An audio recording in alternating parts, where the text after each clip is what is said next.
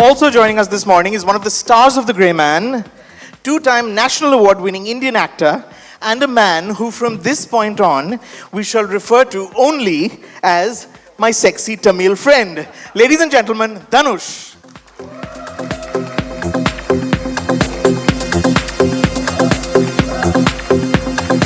Thank you. Gentlemen, please have a seat. We're also joined by more friends from the media who are attending this press conference virtually. So I'll let the Russos and Dhanush say hello to them, and then we'll kick off things. Yep. Thanks for joining us virtually and here in person. Great to see you. Yeah, it's great to be here. We just want to thank India, as always, for being such an incredible host. This is our third visit here, and it's always an amazing experience every time we come. Lovely. You had a wonderful premiere last night? Yes, went to the premiere last night. Indian fans are so passionate about storytelling and about movies. It's so refreshing to be here and to feel that energy. And this man here has so many passionate fans that we've never seen anything quite like it. He's a national treasure. Yes, he is. I agree. Okay. Now, before we start this conversation, there are a few people who really wanted to be here but couldn't make it, so they sent a little message for all the Indian fans and, of course, to everyone seated here. Let's take a look at that.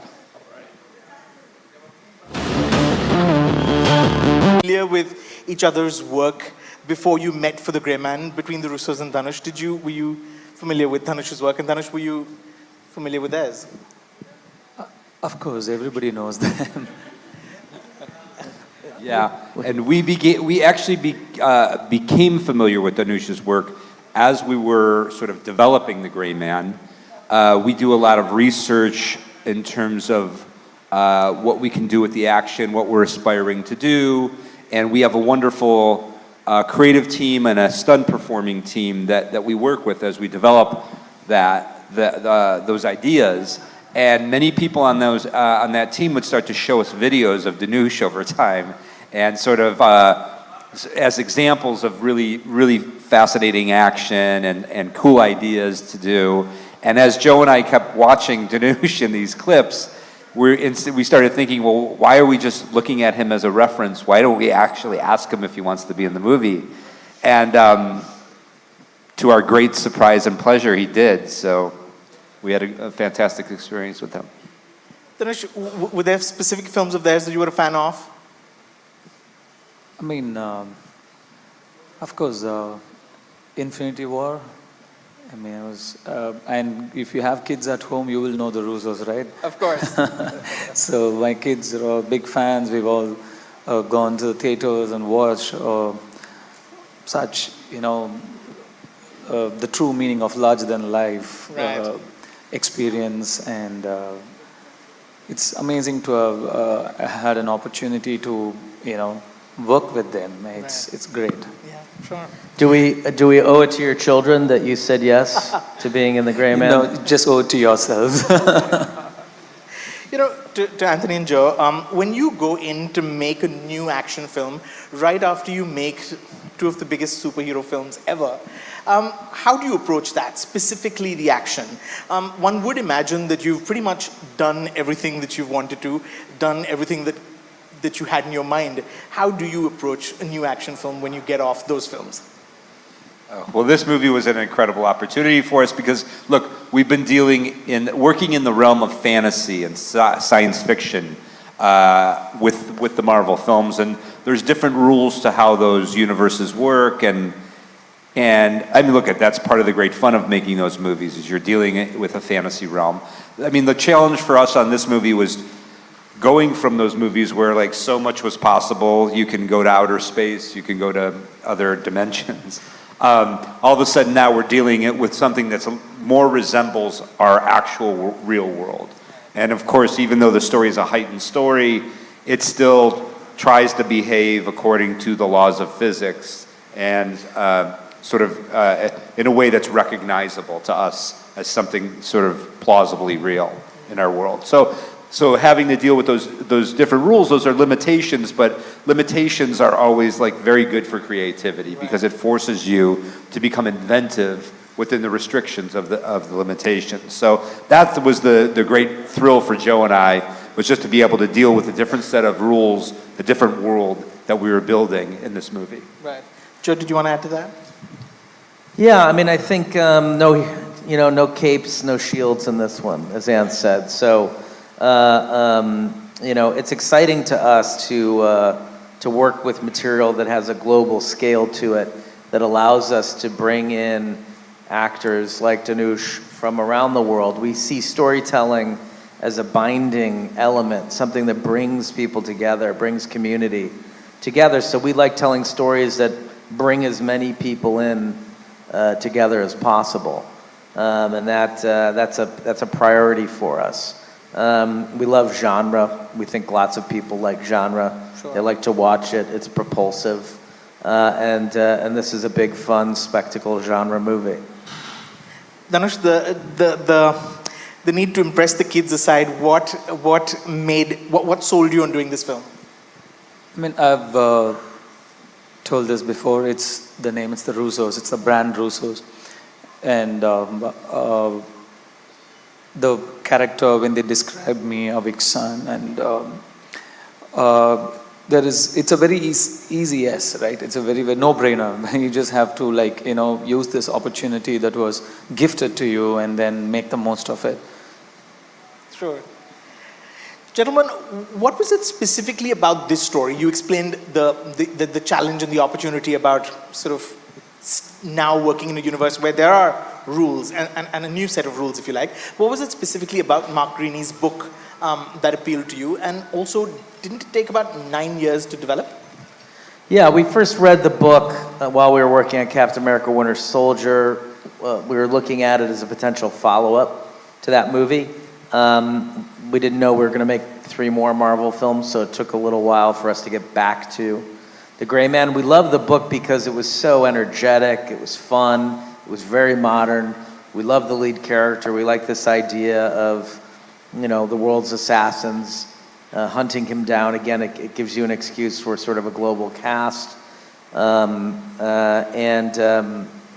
It just screamed to be converted to a movie from the page. So we were,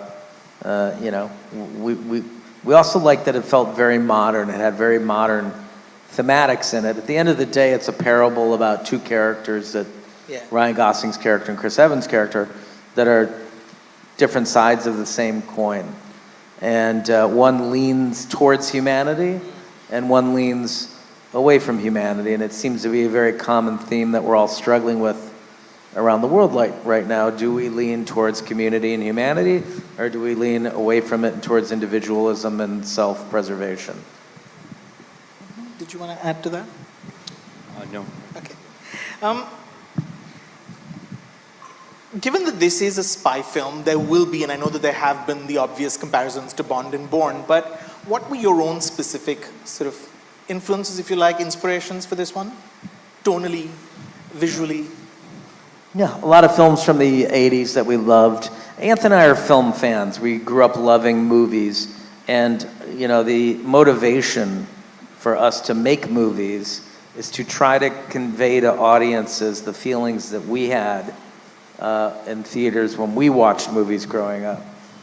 So Die Hard, Lethal Weapon, films that had a sense of humor, didn't take themselves too seriously, but delivered on the spectacle and the action, had real stakes, but were a lot of fun to watch. And that's really what was the inspiration for The Gray Man.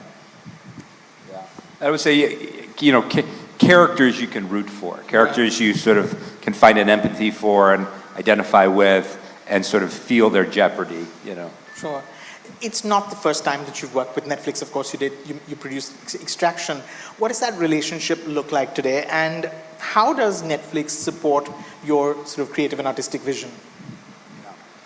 Yeah. I mean, Netflix is a very bold company. A very sort of traditional conservative element to them that sometimes they're supportive of the artist, sometimes they're not. Depends who's running it.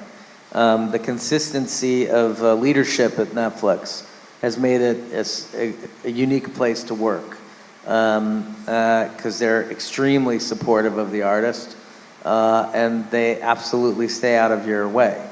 Let you make the movie that you want to make, and then once you deliver it, then they figure out how it works for their, where to put it on their platform. We love that. I mean, we love the fact that as artists that we have incredible freedom. And they also like to take risks. This is a big gamble for them. It's an expensive movie, unique kind of film for them. But like with Extraction, I think that, their audience is a global audience, and global audiences really like action movies. Right. It's sort of the universal language. And so I think this is a great marriage because Anthony and I also love action movies. So I think working with them is very complimentary for them and us. Sure. Yeah. I will also say the thing with Netflix that we really appreciate is their global reach and their global sort of approach to audience building. It was very important for Joe and I to come here to India, and they were very supportive of that, and they have an amazing operation here in India. So we're very grateful to be able to collaborate with them here. Dhanush, your character in The Grey Man, the lone wolf, is this mysterious sort of figure who comes in from the cold. There's not a lot that we know about him, except that he's very good at his job. Was there a backstory that you worked on? Was there some sort of blueprint, for you to understand and to get into his head? Yes, the Russos gave me a kind of backstory about what he can be, where he can be from, how he could be. So that was very helpful. And I remember telling him that this itself is a story. This itself is a film. We have a film there. So it was very interesting. I'm not going to tell you share that or share that because Well, we gave you the backstory. We gave him was that he's sexy, and he's from Tamil. So No, but I would say that's part of the fun is that we all, the three of us may have done more work on the character than you can sort of know in the film. Sure. But we we hope that we get to tell more story with this character, and we like to keep our options open in terms of where we can go with the character. And therefore not give away too much too soon. Sure. Dhanush, did it feel close to any character that you've played already? Because, as you know, he's a veteran who's made several movies. Did the Lone Wolf feel similar to anything that you've done before? no. Interesting. Definitely not. It was that's one of the many things that really excited me about this. I've never done anything like this before. The stunt training required, the character required, was absolutely justified to play one of the top assassins from the world, and so it was a very new thing for me to do, a new territory to explore, and that was really exciting. Right. To all of you, the thing about Dhanush's character, and I think what makes the Lone Wolf this interesting sort of figure is that, of course, he's this assassin, he's ruthless, he's really good at what he does, but he's also got this code of ethics. He is, if you like, a hitman with morals. I read somewhere that wasn't necessarily how it was written originally. yeah, it was a conversation that we had. I mean, I think everyone in the book was a little bit more ruthless.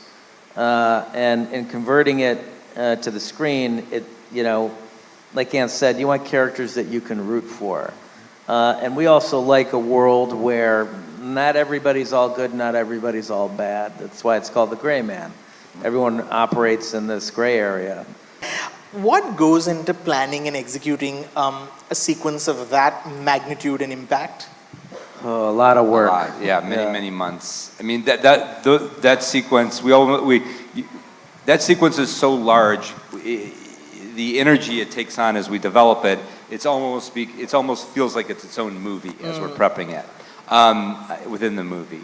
But yeah, we spend a long time, again, like we were describing earlier with when we were sort of started really looking at Dhanush's work, we spent a lot of time researching and thinking about where we can take the movie, what we can do, how we can explore the characters that we're thinking about, and that sort of creative phase kind of eventually starts to turn into exploring it through storyboarding, or sometimes we'll animate certain sequences of the film just to feel out how they're playing.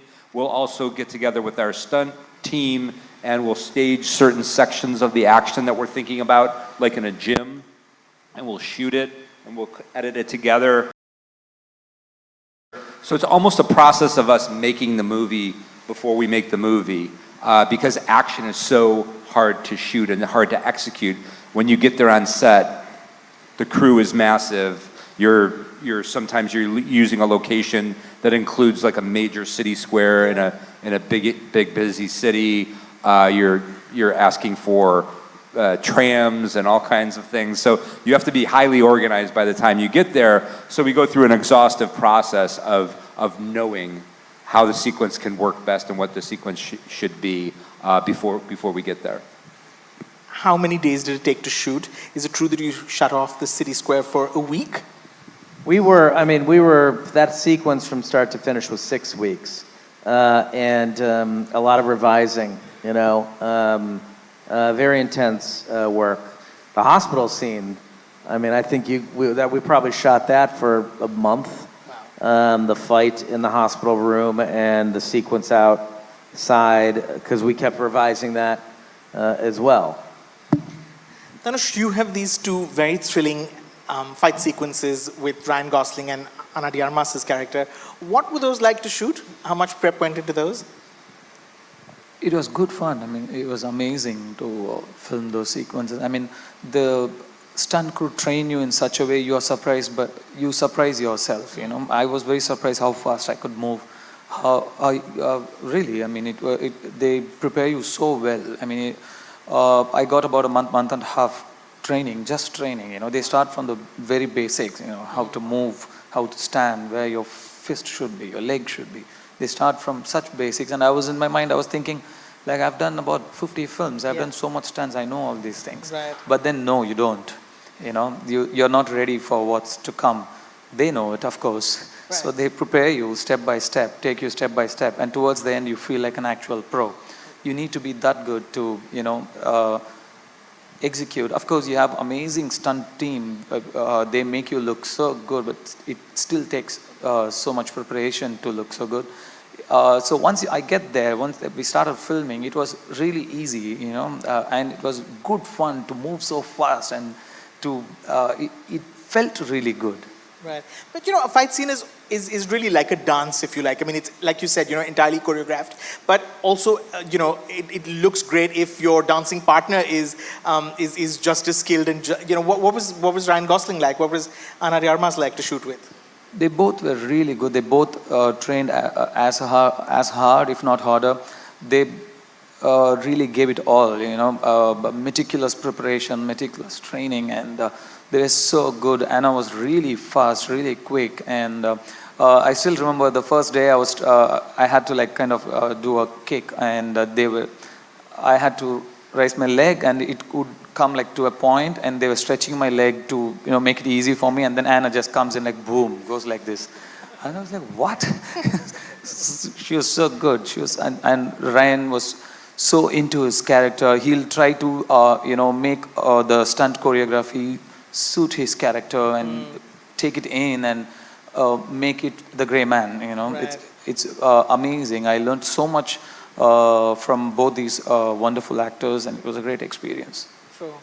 Anthony and Joe, one of the themes of this film that I thought was very interesting was the question of who can you trust? Can you trust the establishment? Can you trust the system? And I feel like those are themes that are especially relevant anywhere in the world today. Why were those themes that were important, or why were those questions that were important to ask and address? Yeah. Well, we have, Anthony and I like to infuse our films, even the big entertaining ones, with some level of connectivity to what's going on in the world today. Because we have anxieties about where the world is at the moment, and you can go into and watch this movie and come away with just the fun and the spectacle of it. Yeah. But you could also come away with a little bit more if you want it, which is a movie that sort of questions government systems and corruption and like I said, a belief in humanity versus a belief in a system, right? Because systems are corruptible. Right. And so at the end of the day, Ryan's character spends most of the movie rejecting corrupt patriarchies. His father was a corrupt patriarch. The CIA is a corrupt patriarch. And he's doing all of that in order to save the most innocent person in the movie, which is, Claire, played by Julia Butters. So that's really us in a lot of ways. And it's not dissimilar to the work we did on the Avengers movies or the Captain America movies that all sort of exist in this, space of, can you trust? More sensitive, in terms of can you trust bureaucracy when you're dealing with a spy agency like the CIA. I think we always have anxieties. We all have anxieties about, well, what do we know and what do we not know, and who is doing what. And, these institutions, at the end of the day, they're only as good as the people who sort of make them up. Right. So the people who, it really falls on those individuals to either be, to be accountable for the actions they do, and in a way that's defensible, or to hide and lie and not be honest about what the actions are. And it's you sort of see those two camps within the CIA and the movie, and that's, I think we're dealing with that conflict in many aspects of government around the world. Sure. And it's really themes like that that sort of ground the film in something more than just, in something sort of deeper and more than being just an action film, I suppose. Yeah, that's the intention, right? Is just to give it a little bit more shape and dimension. Yeah. And we'd like to make robust experiences. So you take from the movie what you want. Sure. If you want to take the thematics from it, great. If you don't, just go enjoy yourself and laugh and be thrilled by the action of the movie. Yeah, but I think we've always most enjoyed theater experiences when you can go and, a movie gives you like the whole range of human experience, right? It can make you laugh, cry, it makes you think, it can scare you, provoke you. We try to give it more of a well-rounded experience. Right. Speaking of laugh, I was surprised by just how funny it is and how it can be. Just the throwaway sort of lines are sort of nicely tucked in. You, of course, wrote and produced Extraction, which a bulk of which was shot in India and with some very fine Indian actors in it. Do you see yourself working more in India, whether shooting in India, but also perhaps working with more Indian actors? Absolutely. We love it here. We love the vibrant film community here. There's so much talent in India. The fan base is so passionate. We'd love to find as many projects as possible with Indian talent, producers, directors, actors. It's exciting to us. We look forward. Dhanush, I have to end my bit by asking you, at the Los Angeles premiere, your boys were with you, your two sons were with you. What was that like? What did they think of the film? Did it make you the coolest dad in the world for that weekend? Who were they most excited to see? I'm the coolest dad in the world all weekends. Okay. He's the coolest guy in the world. They loved the film. They were very excited. And, they were really chill. I mean, they were so cool, and it really surprised me because I was so nervous. I'm very comfortable in front of the camera, but I'm very uncomfortable doing everything else. So, like this, or red carpets, or I have stage fright, and I was like all thinking like, oh, everything should go well. And these guys were like playing some games on their phones. They were so chill, so cool. They loved the whole experience, and it meant the world to me that they were there. There's a first for everything, and this was my first. This is Hollywood as big as it can get, and this is my first time walking the red carpet there, and it meant the world to me that my sons were next to me and they were there. How lovely. Well, thank you so much. That's all from me, but I know that we have plenty questions from the room here. Of course, The Grey Man begins streaming on Netflix tomorrow from this 22nd of July. But I know there are questions from the room. The press here has questions. Lady there. Hi guys, this is Monica from Bollywood Hangama. Nice to meet you. We met a couple of weeks ago virtually as well, Joe, and I had seen you during Infinity War. So nice to see you again in India. Good to see you. First and foremost, congratulations on the movie. What I do want to ask that it's been 10 years in the making. This project has been in the making for 10 years, and it's been one of the ambitious projects of Russo Brothers. So what has been your takeaway as filmmakers? Has it been like too big that you did not imagine it will become this big? And as filmmakers, is it something, a learning experience that you take it forward? And for Dhanush, there's been massive support for you throughout the country and abroad as well. The fact that you are in this project, how are you taking this, and what's been your experience like working here?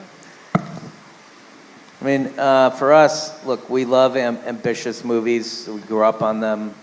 And we love the scale of this, but I think it's also an origin story, so we probably took it a little easy. I think if we do a Gray Man 2, it'll be even bigger than this. The love and support from all around was very overwhelming. I was very touched and humbled, and I was very happy to see it was very, very well received, and I read so many nice things about our big son. It is everything that an actor could ask for, unconditional love and support from the audience, and that you take it forward. And for Dhanush, there's been massive support for you throughout the country and abroad as well. The fact that you are in this project, how are you taking this, and what's been your experience like working here? I mean, for us, look, we love ambitious movies. We grew up on them. And we love the scale of this, but I think it's also an origin story, so we probably took it a little easy. I think if we do a Gray Man 2, it'll be even bigger than this.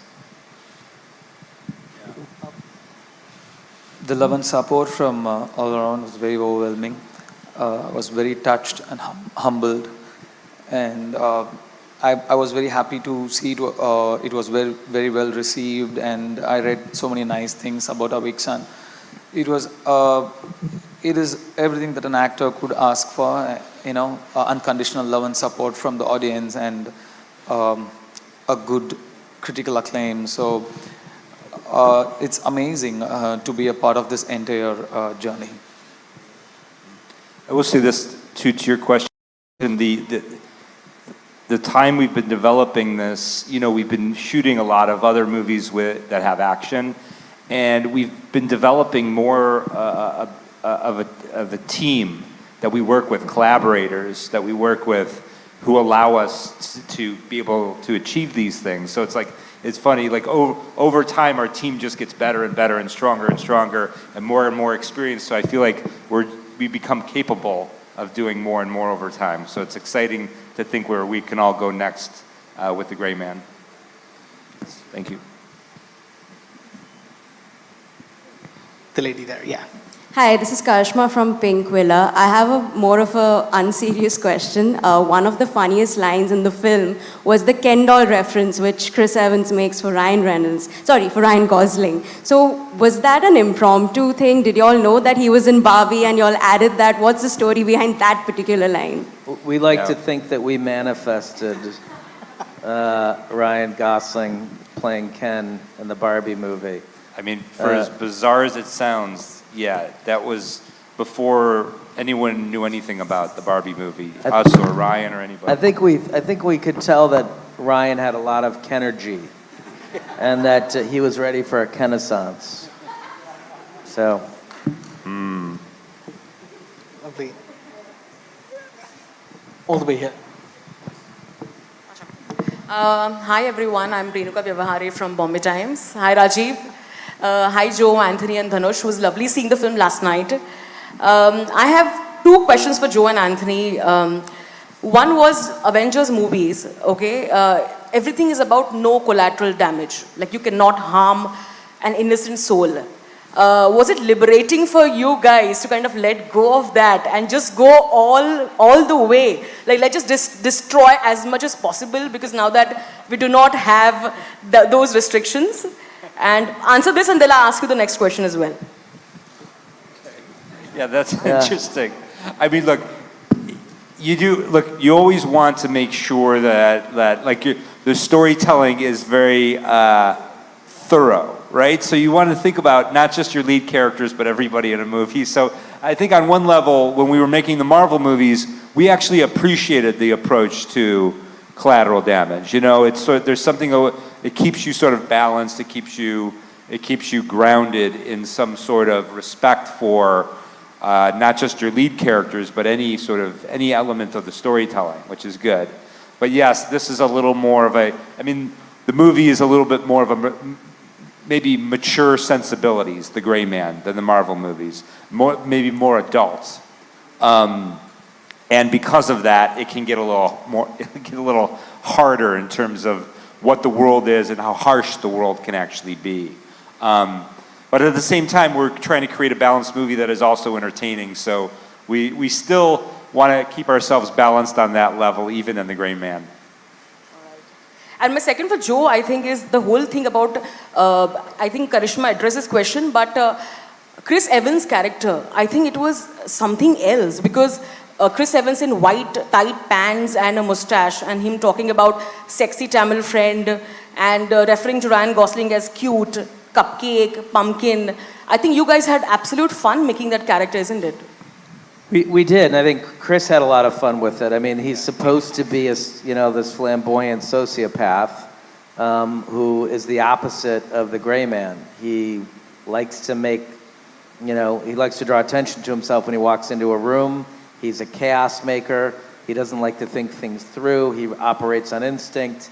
He's very violent, and he doesn't care who's standing in his way. And I think that's what Dhanush's character realizes near the end of the film, is that he's gotten, he's working for, a complete madman.